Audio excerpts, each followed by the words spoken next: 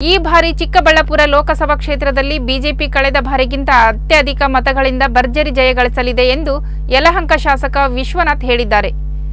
ಗುಡಿಬಂಡೆಯಲ್ಲಿ ಸುದ್ದಿಗಾರರೊಂದಿಗೆ ಮಾತನಾಡಿದ ಅವರು, ನಮ್ಮಲ್ಲಿ ಯಾವುದೇ ಗೊಂದಲವಿಲ್ಲ.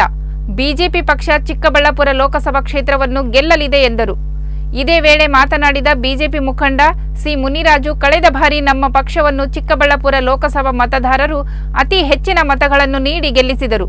ಅದೇ ರೀತಿ ಈ ಬಾರಿಯೂ ಚಿಕ್ಕಬಳ್ಳಾಪುರ ಲೋಕಸಭಾ ಕ್ಷೇತ್ರದಲ್ಲಿ ಬಿಜೆಪಿ ಜೆಡಿಎಸ್ ಮೈತ್ರಿಗೆ ಮತ ನೀಡಿ ಗೆಲ್ಲಿಸುವುದರೊಂದಿಗೆ ಕಾಂಗ್ರೆಸ್ ಅನ್ನು ಸೋಲಿಸುವುದು ನಮ್ಮ ಗುರಿಯಾಗಿದೆ ಎಂದರು. ರಾಜಕಾರಣ ಮಾಡೋದು ಸರೋಗೋದಿಲ್ಲ. ರಾಜಕಾರಣ ಅನ್ನೋದು ಅಷ್ಟು ಸುಲಭ ಅಲ್ಲ ಅಂತ ಹೇಳಿ ಅದು ಕೂಡ ಮುಖಂಡರು ಒತ್ತಾಯವನ್ನು ಮಾಡಿದ್ರು.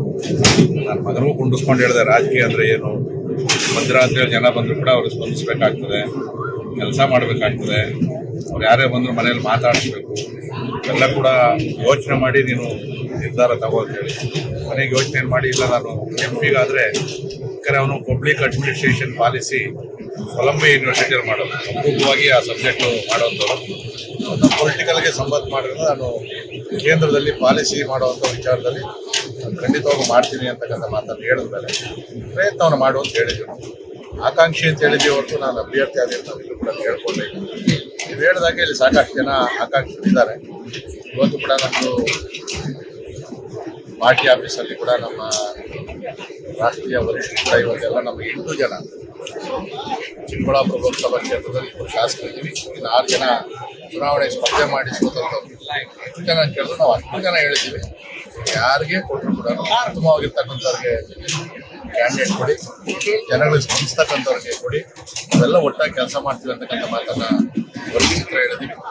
29ನೇ ತಾರೀಕು ಅದು ಯಾರ್ಯಾರು ಆಕಾಂಕ್ಷಿಗಳಿದ್ದಾರೋ ಎಲ್ಲರೂ ಒಟ್ಟಾಗಿ ಪತ್ರಿಕಾಗೋಷ್ಠಿಯನ್ನು ಕೂಡ ಮಾಡಿ ಅಲ್ಲಿ ನಾವೆಲ್ಲ ಒಗ್ಗಟ್ಟಿನ ಒಂದು ವಿಷಯವನ್ನು ಕೂಡ ನಾವು ಹೇಳ್ತೀವಿ. ಪ್ರಯತ್ನ ಮಾಡೋದು ಮಾಡ್ತೀವಿ, ಆದರೆ ಅಂತಿಮವಾಗಿ ತೀರ್ಮಾನ ಕೊಡ್ತಾರೆ ಪಕ್ಷ.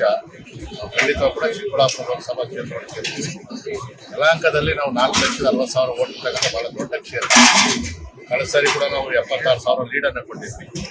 ಈ ಸಾರಿ ನಮ್ಮ ಗುರಿ 1.5 ಲಕ್ಷ ಲೀಡ್ ಕೊಡಬೇಕು ಅಂತೇಳಿ ಈಗಾಗಲೇ ನಾವು ಮುಖಂಡರೆಲ್ಲ ತೀರ್ಮಾನ ಮಾಡಿದ್ವಿ. ಕನಿಷ್ಠ 1.25 ಲಕ್ಷ ಅಂತೂ ಯಾರೇ ಅಭ್ಯರ್ಥಿ ಆದರೂ ನಾವು ಭಾರತೀಯ ಜನತಾ ಪಾರ್ಟಿಗೆ ಲೀಡನ್ನು ಕೊಡ್ತೀವಿ.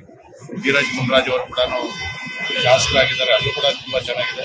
ಕಳೆದ ಲೋಕಸಭಾ ಚುನಾವಣೆಯಲ್ಲಿ ಬಾಗೇಪಲ್ಲಿಯಲ್ಲಿ ನಾವು 45,000 ಓಟು ತಗೊಂಡಿದ್ವಿ. ಆದರೆ ಇವತ್ತು ಮುನ್ರಾಜ್ ಅವ್ರ ಬಂದಲ್ಲಿ ಬಿಜೆಪಿ ಓಟು 65,000 ಓಟ್ ಆಗಿರೋದ್ರಿಂದ ನಾವು ಖಂಡಿತವಾಗಿ ಯಾರೇ ಅಭ್ಯರ್ಥಿ ಆದರೂ ಗೆದ್ದೇ ಗೆಲ್ತೀವಿ. ಹಾಗಂತೇಳಿ ನಾವು ಸುಮ್ಮನೆ ಇರೋಕ್ಕಾಗೋದಿಲ್ಲ, ಕೆಲಸವನ್ನು ಮಾಡ್ತೀವಿ. ಮತ್ತು ಈ ಸರಿ ಇನ್ನೊಂದು ವಿಶೇಷ, NDA ಜೊತೆಯಲ್ಲಿ ಇವತ್ತು JDS ಕೂಡ ಕೈ ಜೋಡಿಸಿರೋದ್ರಿಂದ ಬಹುತೇಕ ಇದು ಭಾರತೀಯ ಜನತಾ ಪಾರ್ಟಿ ಚಿಕ್ಕಬಳ್ಳಾಪುರ ಕ್ಷೇತ್ರ ಬರ್ತದೆ ಅಂತ ನಿರೀಕ್ಷೆ ಇದೆ ನಮಗೆ.